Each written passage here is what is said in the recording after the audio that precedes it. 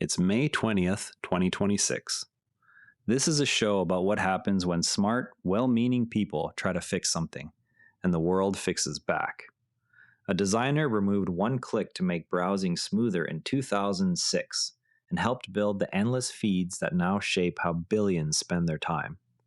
In the spring of 2006, Aza Raskin sat at a desk testing a new way to move through long lists of search results.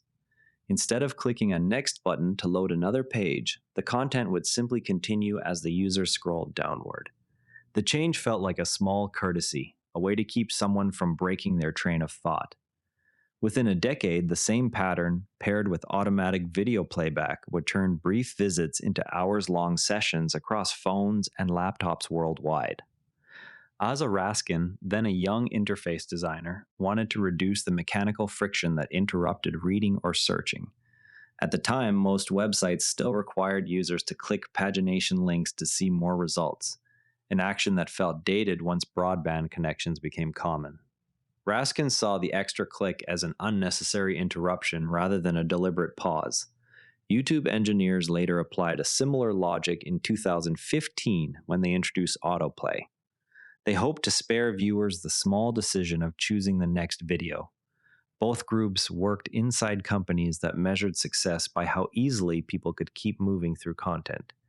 Their choices reflected the dominant design principle of the era: remove every obstacle that might cause a user to stop.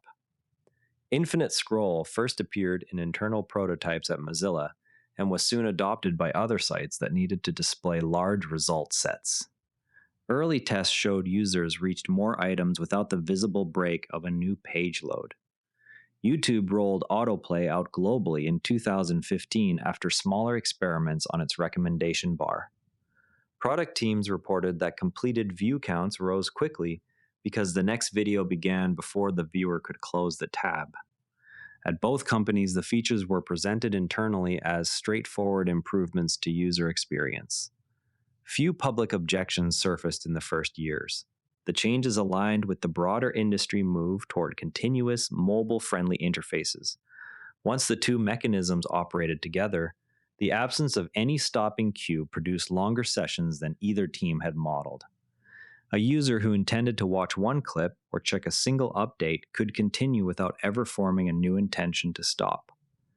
Platforms optimized recommendation systems to exploit this continuous state, selecting the next item for maximum likelihood of another view. Over time, the design contributed to measurable shifts in daily time spent on social and video platforms, with some internal metrics showing average session lengths doubling within 2 years of wider adoption. Second-order effects appeared in attention patterns. People reported difficulty returning to tasks after opening an app for a quick check. Parents and educators noted younger users struggling to regulate screen time when the interface itself supplied no natural endpoint.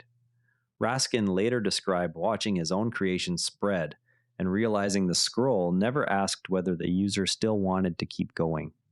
The original goal of removing friction had removed the very moments at which someone might reconsider their choice. By the late 2010s, Raskin began speaking publicly about the regret, describing infinite scroll as an invention he wished he could retract. Some platforms introduced optional time limit reminders and take a break prompts, though these features remained secondary to the default continuous experience.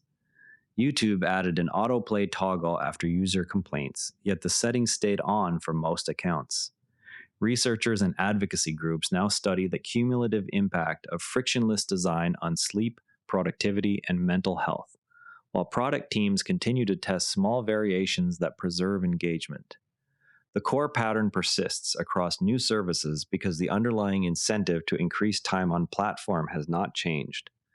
Design choices that lower the cost of continuing an activity will reliably increase how long people stay with it, even when no one intends that outcome.